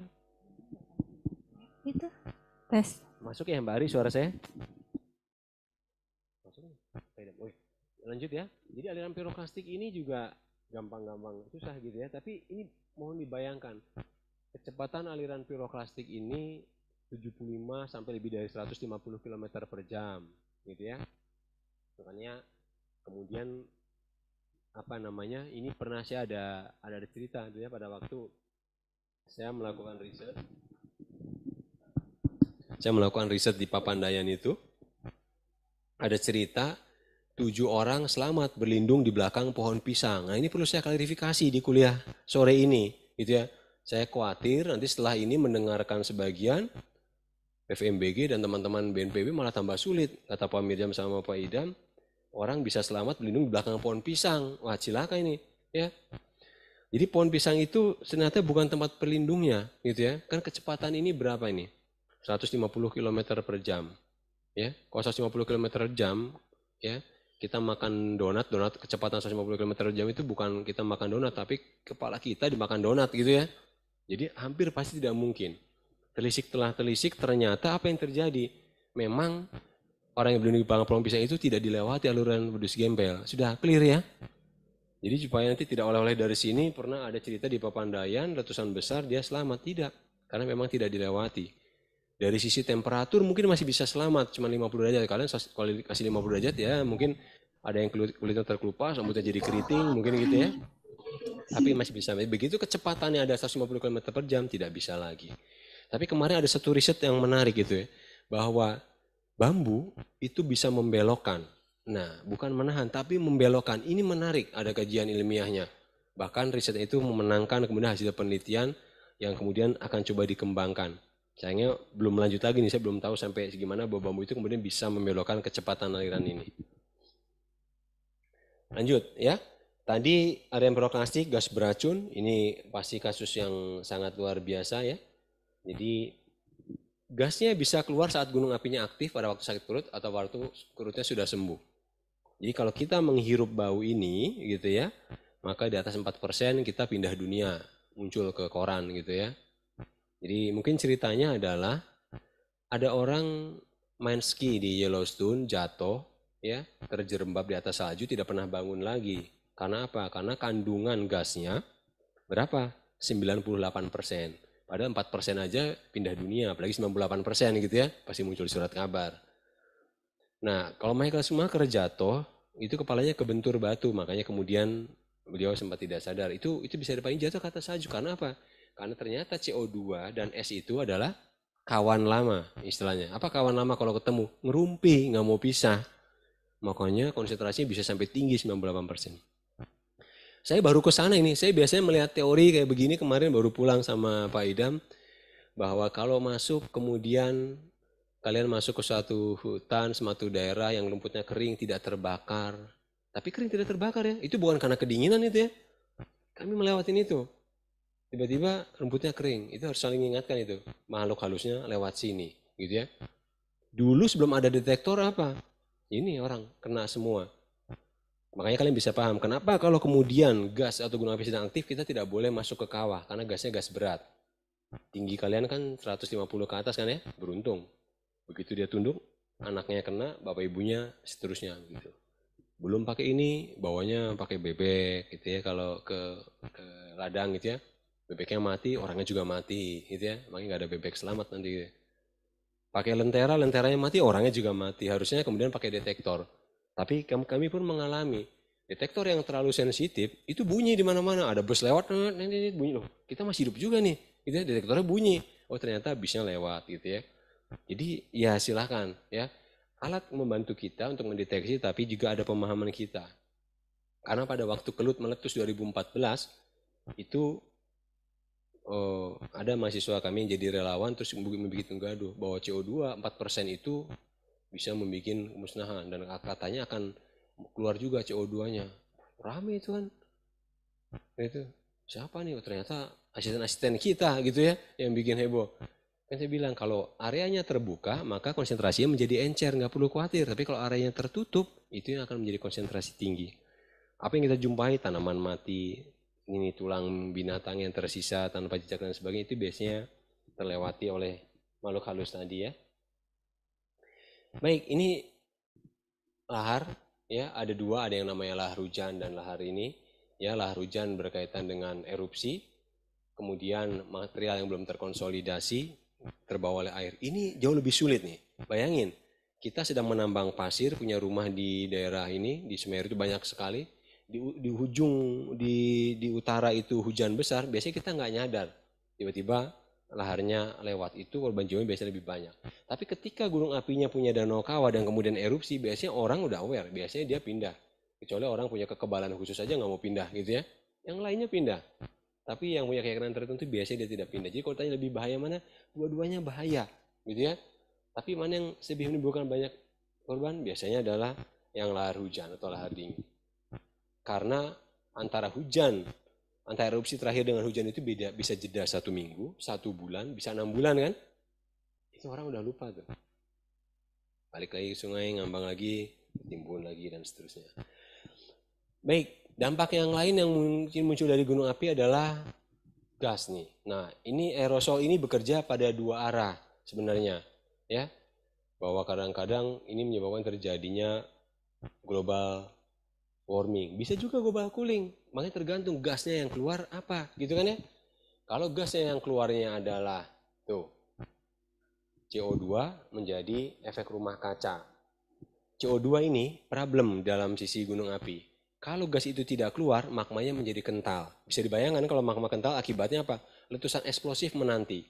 Kalau gas itu keluar tidak tertangkap oleh magma kehirup kita, wassalam. Kan kita gitu ya. Tapi kalau dia keluar tidak tertangkap magma dan tidak terhirup kita, efeknya adalah efek rumah kaca. Maka paling bagus gasnya adalah saya pernah men-challenge mahasiswa sampai idam. Bisa nggak itu diambil buat dijual ke Coca-Cola gitu ya kan? Minuman berkarbonasi. Harusnya bisa kan? Belum tahu aja caranya gimana gitu. Ya, atau gas yang lain, SO2. Kalau SO2 yang keluar menjadi H2SO4, panasnya tidak bisa masuk. Makanya terjadi adalah global cooling. Jadi tergantung apa yang keluar. Tidak harus global warming, bisa jadi global cooling. Bahaya yang lain adalah abu vulkanik. Saya pikir ini kita sering berhadapan dengan material ini tetapi menganggap sepele. Yang pertama, ukurannya kecil, pasti abu di bawah 2 mm, tetapi gambaran ini sepertinya memberikan ini ya, informasi runcing. Kalau komposisinya silika kekerasannya 7, ya kalau dikucek sama mata ya pasti matanya yang kalah, gitu kan ya. Ada yang menarik yang kita harus ingat tentang abu vulkanik adalah abu ini tidak seperti halnya kacang hijau sama kelereng. Kalau jatuh ke atap rumah dia menempel langsung gelundung, nggak begitu. Namanya piroklastik, pada waktu dilontarkan masih pijar maka dia akan menempel di sana kayak salju, pek pek pek pek gitu ya. Makanya kemudian bagaimana? Ya itu harus dibersihkan. Makanya kita paham kenapa rumah di negara 4 musim roofingnya itu curam supaya saljunya itu tidak menempel kemudian menjadi beban. Ya, tapi juga tidak boleh terlalu tegak. Kalau terlalu tegak kena angin ambruk lagi. Ya, makanya bagaimana kalau roofing itu bisa naik turun? Ke gunung meletus kita naikin supaya longsor dengan sendirinya, panas kita buka, pengennya kan gitu. Ya, maka itu kita turunin lagi dan sebagainya. Nah, jadi membersihkan abu vulkanik pun seperti kita pada waktu kecil kan, kalau mau nyiram tanaman disuruh nyapu halaman, bapak ibu kita bilang disiram dulu supaya nggak debu, gitu ya kan ya. Itu benar. Tapi kalau abu vulkanik disiram dulu lah sebelum bersihin abu vulkanik. Oh jadi cetakan ini di sini. Kayak semen. Makanya sering jok saya, kalau kalian punya mobil terus kena abu vulkanik, abunya tebel bingung juga ya. Dikasih air ya jadi cetakan. Tapi kalau misalkan dibersihin langsung, kekerasannya itu juga gores. Kasihkan aja ke saya ke Paida mobilnya kalian, beli lagi yang baru. Nah gitu ya. Yalah, jangan kayak orang susah kan. Mobil tergores, beli lagi. Nah kalau masuk ke paru-paru, ya bisa dibayangkan. Yang absorb ketemu lembab, ya jadi cetakan. Gak percaya, coba silahkan. Apa yang bisa kita pelajari dari sini? Karena sifatnya yang sangat suka berinteraksi dengan air, maka masker yang kita miliki itu sekarang menjadi kurang berharga. Karena pandemi sudah berkurang kan? Oh pada waktu awal pandemi, apa aja mau kita pakai? Sama pada waktu ini. Kira-kira apa yang mau dipakai? Apapun yang bisa menutupi dan dibasahi sedikit. Sarung boleh, kaos dalam boleh, kaos kaki boleh, pokoknya apapun dibasahin aja supaya daya ini lebih maksimum. Paling enggak itu informasinya ya. Nah, sedikit yang lain yang perlu kita tahu tentang Abu Toba bahwa ya ini sering orang di Abu Toba ini dipersalahkan gitu ya, bahwa konon katanya Abu Toba itu hampir kita semua tidak kuliah di sini nih, yang nonton di Zoom juga hampir tidak ada. Letusannya sampai 8.900 km ke Afrika. Jadi ada dua tempat di Afrika yang namanya site apa nih? P56 sama VBB ini, dua tempat yang berbeda, yang berdekatan, yang dijumpai adalah apa? Ahli-ahli nenek moyang kita itu mau musnah, ternyata di dua tempat ini adalah buktinya di atas Abu Toba itu dijumpai perkakas. Yang di bawahnya perkakasnya lebih sederhana, yang di atasnya lebih modern. Artinya apa? Nenek moyang kita bisa beradaptasi dari yang lebih sederhana menjadi lebih beringas. Nah gitu. Jadi pesan saya. Jadi kalau kita sedikit-sedikit beringas marah, keturunan Afrika. Ya. Di Lake Malawi juga demikian. Ini dijumpai di 3 tempat, Lake Malawi dan juga di India. Yang di Lake Malawi, ini tadi yang di Afrika yang pertama ya, jadi perkakasnya itu ternyata menunjukkan kita bisa beradaptasi. Bahkan menjadi lebih ganas, bisa berburu dan sebagainya. Di Lake Malawi yang konon letusan Toba itu menurunkan temperatur, ternyata tidak. Baik-baik saja tuh. Maka terjumpai lapisan namanya fitofil yang mengandung silika itu, bahwa ternyata kepunahan massal, kepunahan flora dan fauna yang hampir berdekatan dengan Toba itu bukan Toba, karena tidak dingin-dingin amat. Setelah ditelusurin ternyata berkaitan dengan migrasi nenek moyang kita. Ya suka nggak suka ya, nenek moyang kita tuh bermigrasi, bertanggung jawab terhadap kepunahan itu. Itu evidence-nya di Lake Malawi. Kita pindah ke utara di India, ternyata pada waktu letusan Toba sudah ada perkakas yang sudah sampai ke India. Artinya, ya, ketika letusan Toba terjadi itu, sebagian nenek moyang kita itu bukan hanya masih di Afrika, tapi sudah sampai India dan sudah membuat ini tapak genggam dan bekas tempat pesta itu di atas lapisan Toba. Nah, kalau yang sedikit-sedikit pesta dan segala macam, berarti kalian turunan yang dari sini nih, ya turunan dari India. Ayo sedikit-sedikit emosi, dikasih dosen nilai ini marah-marah, ini bukan melindungi dosen ya, kasih kalian turunan yang dari Afrika tadi. Ya, bagaimana mengestimasi letusan ini gampang gitu ya, kita punya luas yang di cover dengan fraksionasi kristal, nanti kita bisa tahu ya antara yang di cover dengan fraksionasi kristal itu berapa energinya. Tetapi energi yang kita dapat pasti selalu jauh lebih kecil. Karena apa? Karena untuk mendapatkan luas area ini kita membutuhkan data ketebalan. Nah ketebalan itu terkoreksi seiring berjalannya waktu kan, ketebalan abu. Meletus sekarang sama 10 tahun lagi, 100 tahun lagi pasti ketebalannya semakin kompak, udah diambil orang sehingga selalu lebih kecil. Jadi kalau kita mengestimasi letusan Toba, Tambora, Krakatau, kok nggak ganas-ganas amat ya, karena ketebalannya sudah hilang. Ya, jadi kalau kita bandingkan, jadi letusan Toba itu adalah yang terbesar kedua di dunia. Berita buruknya adalah peluangnya untuk kita mendapatkan ini tidak terlalu kecil, tidak terlalu besar. Jadi dalam 400 tahun ke depan mungkin anak cicit-cicit kita dapat gitu ya. Berita buruknya 2800 itu baru 1/10-nya yang keluar. Nah sisanya buat orang-orang di sana. Silahkan keluarnya mau dicicil, dikredit atau kontan. Nah gitu. Mau kontan atau cicil gitu ya. Kalau beli barang pengennya kredit. Tapi kalau meletus dikasih kredit protes, kenapa gunungnya kok meletus terus? Ya mau gimana, kontan siap gitu kan. Berarti keluarnya adalah 9/10-nya dari 2000 800 itu yang dikeluarkan bersamaan gitu ya. Oke. Jadi kita punya letusan terbesar kedua, yang pertama di Wawa Spring, possibility terdapat hanya 1 dalam 400 tahun ke depan. Jadi tenang ya, kita semua udah lewat kan. Kita yang mungkin nanti yang dapat. Baik, ini peranan penting Indonesia. Jadi kalau melihat ini, Indonesia memegang peranan penting. Perlayaran segala macam pasti lewat sini. Ini kalau kita bayangin ya, gunung api satu meletus saja repot, apalagi kalau meletusnya bersamaan. Possible meletus bersamaan bisa nggak? Bisa, tapi kecil gitu ya. Makanya kalau kita kenal namanya busur gunung api itu artinya gunung api berada pada satu tatanan tektonik yang sama, itu memungkinkan untuk bisa meletus bersama. Baik, ini akhirnya ya, sebagai penutup, jadi ini yang sering saya sampaikan juga ke mahasiswa saya. Gunung api Indonesia memanggil, jika bukan kita, putra-putri terbaik masa yang mengurus gunung apinya sendiri, ya siapa lagi gitu ya. Jangan harap orang lain gitu ya, harus kita sendiri.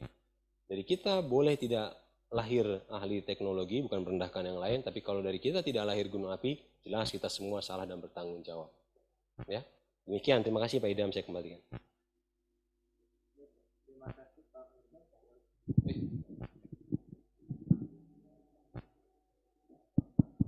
Baik, halo. Baik, terima kasih Pak Mirjam. Seru sekali sebenarnya ya.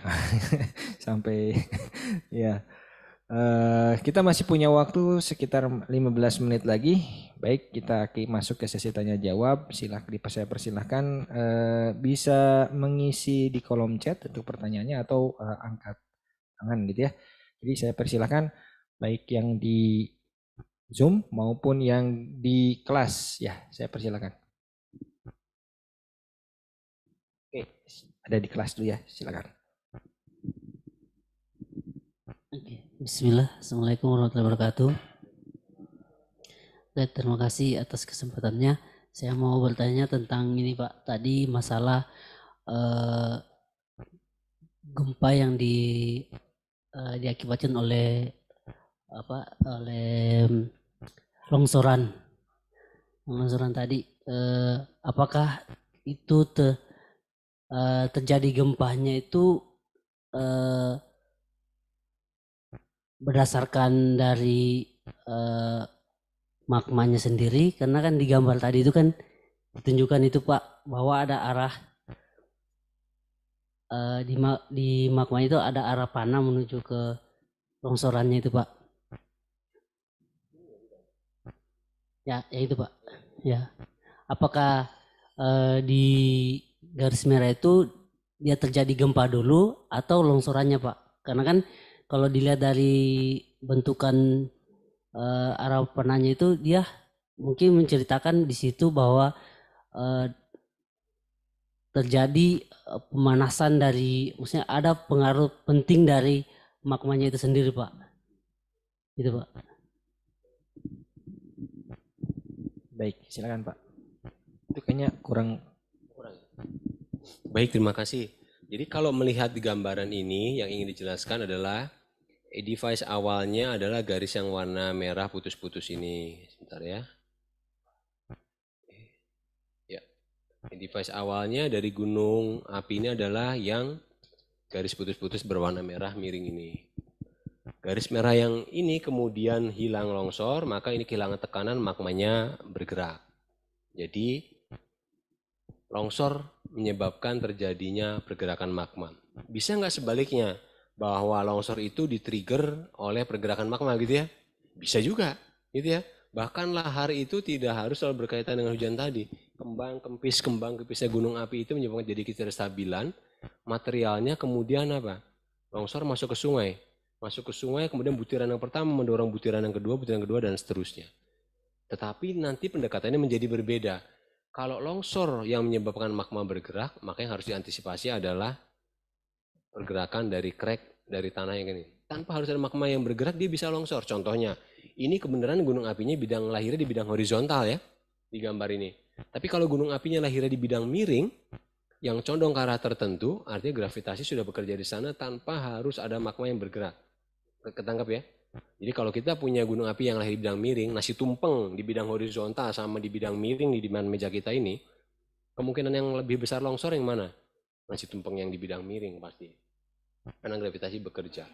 Artinya kalau itu yang terjadi, deformasi pergerakan tanah yang diamati meskipun magmanya tidak bergerak. Tapi kalau kemudian longsor yang trigger oleh pergerakan magma, terdetek pasti. Kembang, kempis, itu pressure dari tilt meter dan segala macamnya itu terdeteksi. Nanti kita bisa melihat responnya dari magma yang keluar. Magma yang menekan, menghasilkan longsoran dan mau baru keluar dengan magma yang hilang tekanan tiba-tiba, teksturnya ada. Makanya cerita apakah letusan ini karena mixing, karena asimilasi, injeksi magma yang baru dan sebagainya, semuanya ada di batuan. Pada level kita belajar petrografi mungkin hanya dikasih namanya apa, teksturnya apa. Tapi begitu kita advance masuk ke vulkanologi, ke petrogenesa dan sebagainya, yang tadi hanya dilihat plagioklas saja, plagioklas itu menceritakan sesuatu teksturnya. Faida misalkan rasio dari fenokris dengan ini bisa menceritakan berapa tekanannya, berapa viscosity-nya dan sebagainya. Itu yang nanti akan kita pelajari juga. Gitu ya, mudah-mudahan menjawab. Baik. Tes. Oke, baik, terima kasih. Berikutnya ada di kolom chat, ini dari Mas Abdillah nih Mas. Ini bertanya apa ya, kalau tadi lava dengan warna merah keemasan dan merah padam menjadi penciri dari kecepatan aliran lava, lalu bagaimana kaitan dengan warna piroklastik aliran terhadap kecepatan? Mas Abdillah, kalau warna lava tidak berkaitan dengan kecepatan lava, tapi berkaitan dengan temperatur. Gitu ya. Misalkan begini, warnanya emas, merah, itu kemungkinan dia encer, makanya dia bisa mengalir jauh. Gitu ya.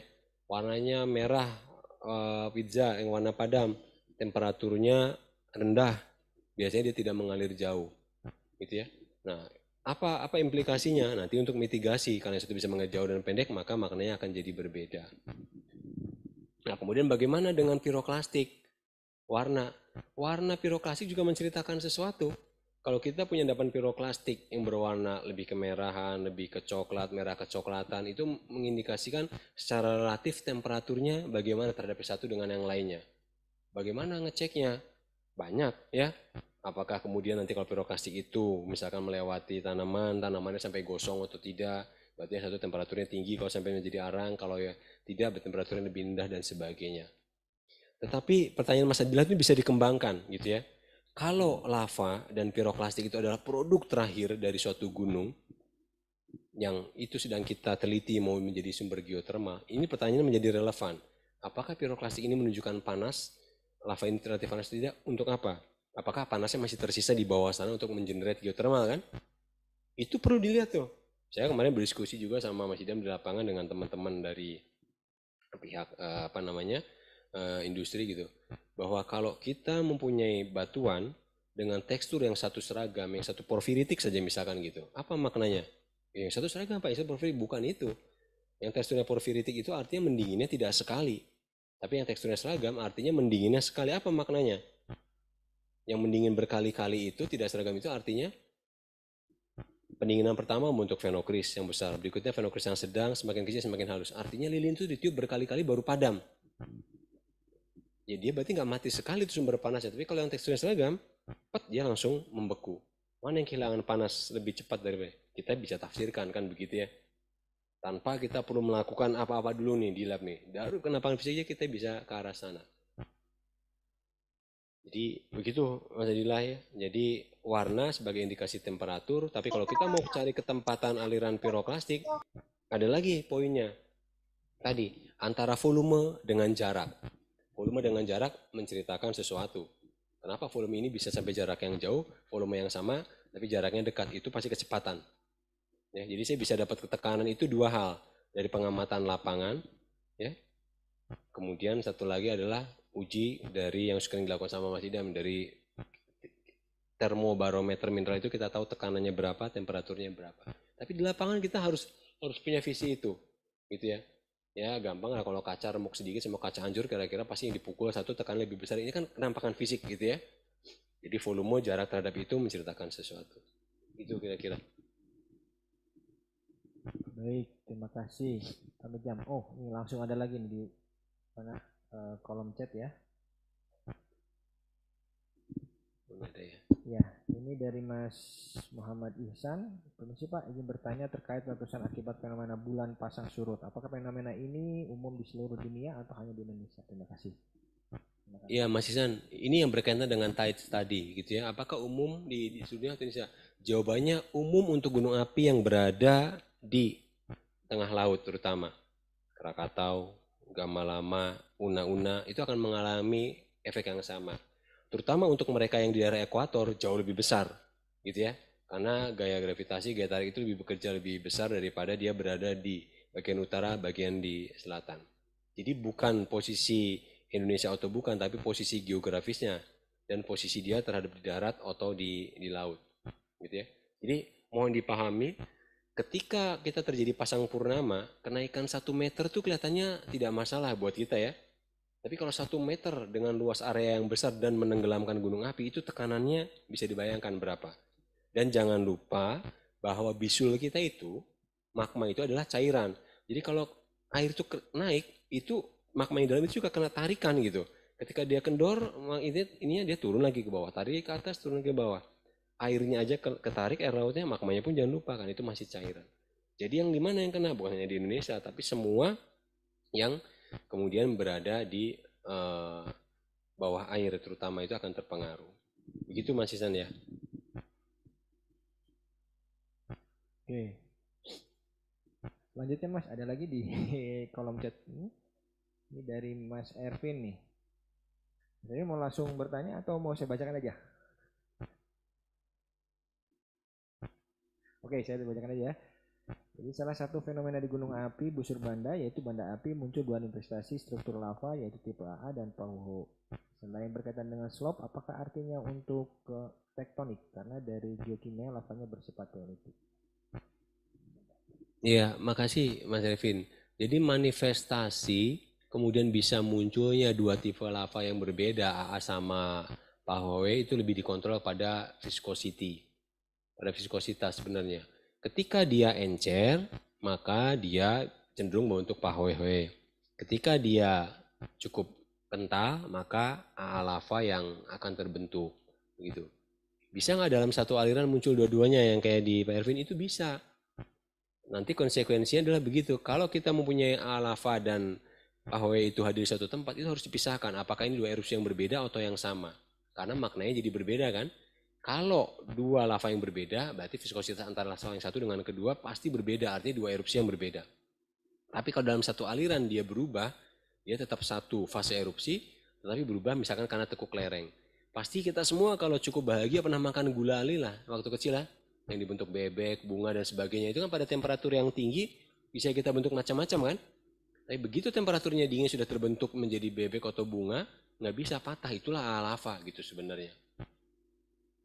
Jadi proses yang pertama dengan yang kedua, patahnya itu karena memang sudah dingin gitu ya. Tapi kalau yang tadi adalah mekanisme yang lain. Jadi tidak berkaitan dengan tatanan tektonik tertentu. Ini yang kemarin kita sempat ramai 2013 itu muncul lava Pahoe di Tahura. Kita semua pengennya ada Hawaii di bawah situ, tetapi setelah dicek ternyata itu subduction related gitu ya. Tidak berkaitan dengan tatanan dari hotspot yang sepertinya ada di Hawaii. Begitu Mas Ervin ya. Baik, terima kasih Pak Mirjam. Satu pertanyaan lagi, kita cukup waktu. Yang dari kelas.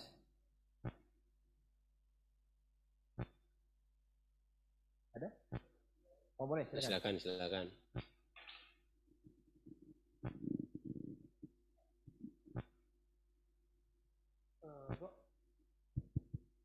Assalamualaikum warahmatullahi wabarakatuh. Waalaikumsalam. Terkait tadi Pak yang curah hujan bisa menyebabkan men-trigger letusan gunung api. Saya mau tahu Pak, itu berefek ke jenis gunung api yang kayak gimana gitu Pak, sama curah hujan yang bagaimana demi untuk pencegahan atau mitigasi bencana gitu Pak. Baik, terima kasih ya. Jadi curah hujan bisa men-trigger letusan untuk dua kategori gunung yang berbeda. Yang satu penudungnya adalah lava, yang satu adalah piroklastik. Yang pertama yang lava dulu, begitu ya. Kalau kita kemudian punya lava, lavanya itu adalah bagian dari kerak tadi ya, adalah kaca dari orang tukang jual gorengan tadi, itu kan terkesan kokoh tuh kaca itu ya kan. Tapi karena kaca itu mempunyai daya muai tertentu, dia dalam keadaan panas tiba-tiba dikasih hujan, kaca itu langsung crack jadinya kena hujan. Begitu ada crack, maka tekanannya jadi berkurang, maka fluid yang di bawah menjadi menekan, maka erupsinya terjadi. Jadi case-nya untuk yang di kasus gunung api yang tudungnya lava adalah demikian. Jadi curah hujan itu merubah kesetimbangan tudungnya, karena perbedaan temperatur dia pecah, baru kemudian demikian. Bisa dipahami ya? Tapi kalau untuk yang erosi, lava kalau dierosi bisa nggak? Ya bisa, tapi lama banget kan. Kayak lava kan kita jadikan coet sekarang itu ya. Bisa nggak dierosi? Bisa. Tapi erosi yang dimaksud di gambar ini adalah yang piroklastik, abu vulkanik, dan sebagainya. Ya. Material yang belum terkonsolidasi itu sangat mudah dicuci sama air. Ya. Contohnya kayak Semeru itu kan yang saya katakan. Abu vulkaniknya itu berbeda dengan sama abu vulkanik yang lainnya. Kalau abu vulkanik yang ringan, dia bisa nyebar kemana-mana. Maka pertanyaan, kenapa Semeru banyak banget ya? Ya pasti sumbernya banyak. Kenapa bisa banyak abu vulkaniknya? Karena gunung apinya berat, dia tidak bisa kemana-mana, jatuh di pusat Semerunya. Ketika hujan kemudian mencuci itu, yang tadinya gunung api itu ada tudung yang katakan 50 ton, kecuci hilang kan ya? Tinggal 40 ton masih bertahan. Begitu 30 ton, tekanan di bawah tidak sanggup lagi, ya keluar. Ya. Jadi mudah-mudahan bisa dipahami ini konteks yang mana yang kita diskusikan hujannya. Apakah kaca gorengan yang pecah tadi, gitu ya? Atau kita punya sesuatu yang ditutupi oleh terigunya kecuci, bawah atasnya meleduk gitu, ya kan ya? Itu adalah kasusnya yang abu vulkanik jadinya. Ya.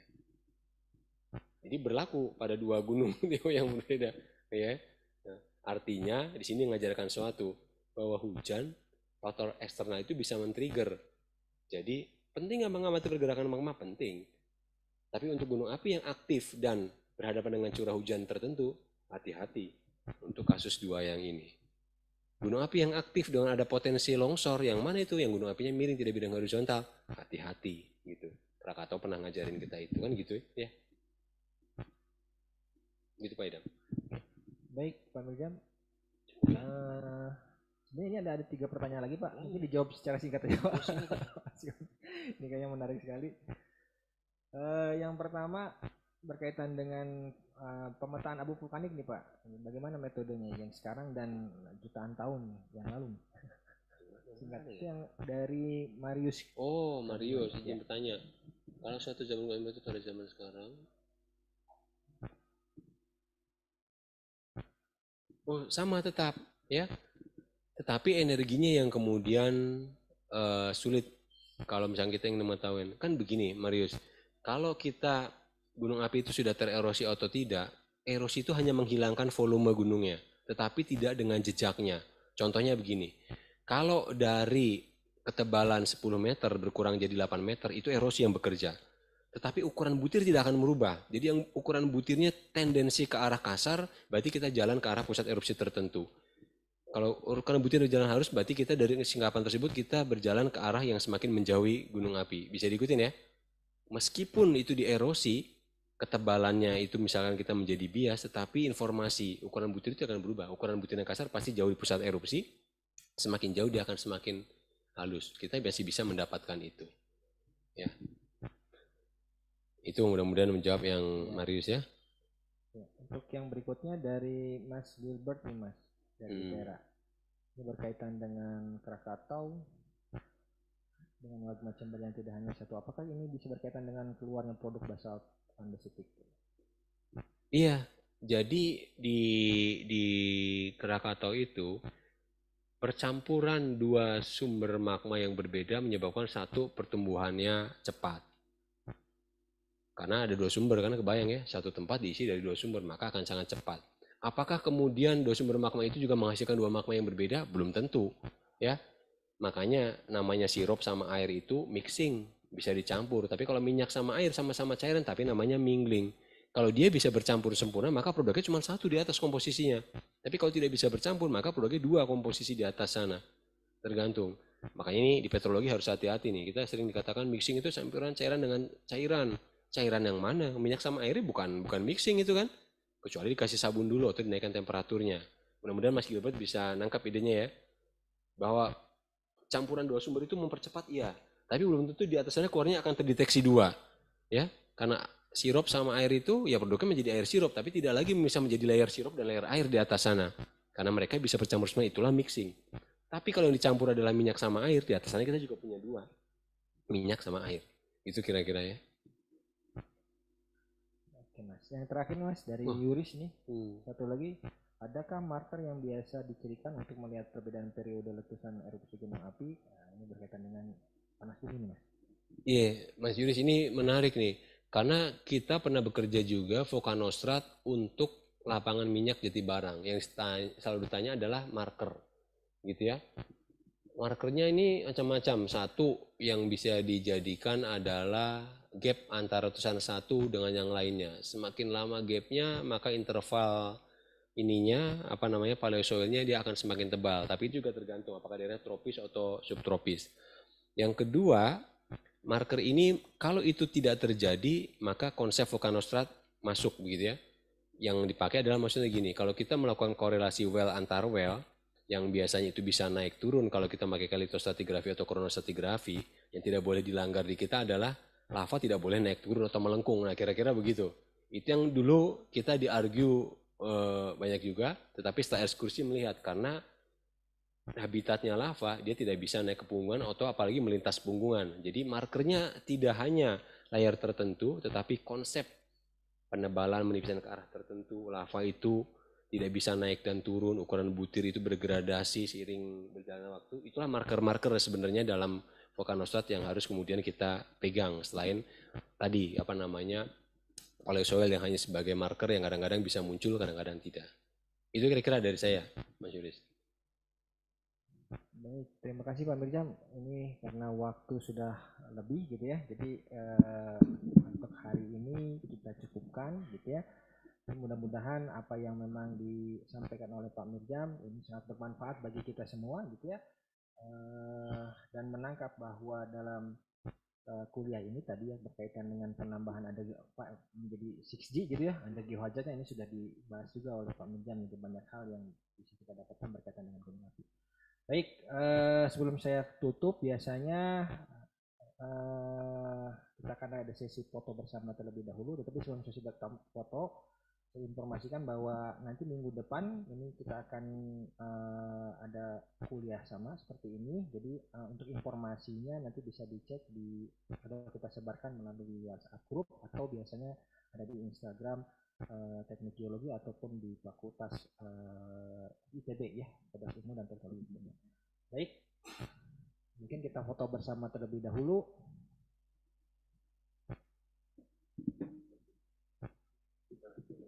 Kayaknya di on cam aja ya, kamera saja mungkin Bapak Ibu.